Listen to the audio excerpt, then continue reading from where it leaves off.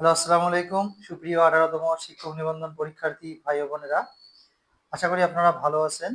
যারা ষষ্ঠ গণবিজ্ঞপ্তিতে আবেদন করেছেন, আশা করি তাদের মেরিট লিস্ট অনেক ভালো ছিল জন্যই তারা আগে আবেদন করেছেন।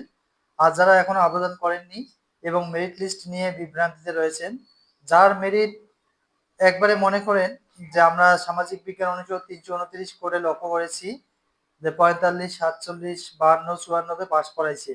এদের মেরিট লিস্ট অনেক খারাপ এবং এগুলো মেরিট লিস্ট সাধারণত ১ থেকে ১৭তমদের মতো করেই সাজানো হয়েছে সাবজেক্ট ওয়াইজ, কিন্তু শুধুমাত্র ৩২৯ কোড আলাদাভাবে দেয়নি। তাই এ ধরনের যাদের ৫৪, ৫৫ মার্কস অর্থাৎ ৬০ এর কম রয়েছে তারা স্থানীয় পর্যায়ের স্কুল ও মাদ্রাসাগুলো চয়েস দিবেন। আর কলেজ পর্যায়ে বিশেষ করে রাষ্ট্রবিজ্ঞান এবং অন্যান্য সাবজেক্টেও যাদের মার্কস ৬০ এর কম রয়েছে তারা প্রথমে ১০টি প্রতিষ্ঠান স্থানীয় পর্যায়ে অর্থাৎ উপজেলা পর্যায়ে কলেজ, স্কুল বা মাদ্রাসা যাই থাকুক এগুলো দিবেন। তারপরে ১০টা মাদ্রাসা দিবেন। এরকম করে আপনারা ৪০টি প্রতিষ্ঠান সাজিয়ে নেবেন। পরবর্তী ১০টা আবার স্কুল দিবেন, তার পরবর্তী ১০টা আবার মাদ্রাসা দিবেন। এভাবে আপনারা ৪০টি প্রতিষ্ঠান সাজিয়ে নেবেন। এখানে আসলে দেখার তেমন কিছু নাই। যেহেতু পোস্টের তুলনায় প্রার্থী বেশি উত্তীর্ণ হয়েছে তাই প্রথমবার অর্থাৎ ষষ্ঠ গণবিজ্ঞপ্তিতে হয়তো কিছু প্রার্থী বাদ পড়বেন। তবে বাদ পড়লেও আমরা যা তথ্য পেয়েছি যে পরবর্তীতে আবার আপনাদের সুযোগ দেওয়া হবে এবং আশা করা যাচ্ছে আপনারা যারা সার্টিফিকেট পেয়েছেন তারা অবশ্যই চাকরি পাবেন।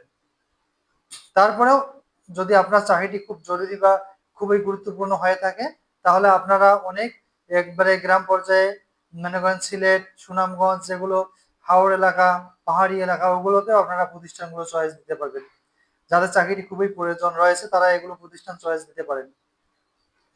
কলেজ পর্যায়ে মাদ্রাসাগুলোতে বেশি পোস্ট ফাঁকা রয়েছে তাই মাদ্রাসায় চয়েস দিতে পারেন। তবে আপনারা লক্ষ্য রাখবেন যে আপনার যদি জেনারেল ভাবে আপনি পাস করে থাকেন তাহলে অবশ্যই জেনারেল পদগুলোতে আপনারা সিলেক্ট করবেন। কারিগরি পদগুলো সিলেক্ট করলে আপনারা কিন্তু আসলে নিরুৎসাহিত হবেন, অর্থাৎ আপনার চাকরিটি হলেও এমপিও হবে না। তাই চোখ কান খোলা রেখে আবেদনের সময় আপনারা লক্ষ্য রাখবেন যে আপনার কোনো প্রতিষ্ঠান টেকনিক্যাল বা কারিগরি লাইনে যাচ্ছে কিনা। সেগুলো ডিটিই, ডিএস, ইডিএস, এইসি কি বলতে কি বোঝানো হয়েছে এগুলো আমরা আলোচনা করেছি। এবং যার যে কম্পিউটারের দোকানে আপনারা আবেদন করবেন তিনি অবশ্যই যেন এক্সপার্ট হন এই সম্পর্কে ধারণা। আপনি বলবেন যে আমার প্রয়োজন হচ্ছে এখন যে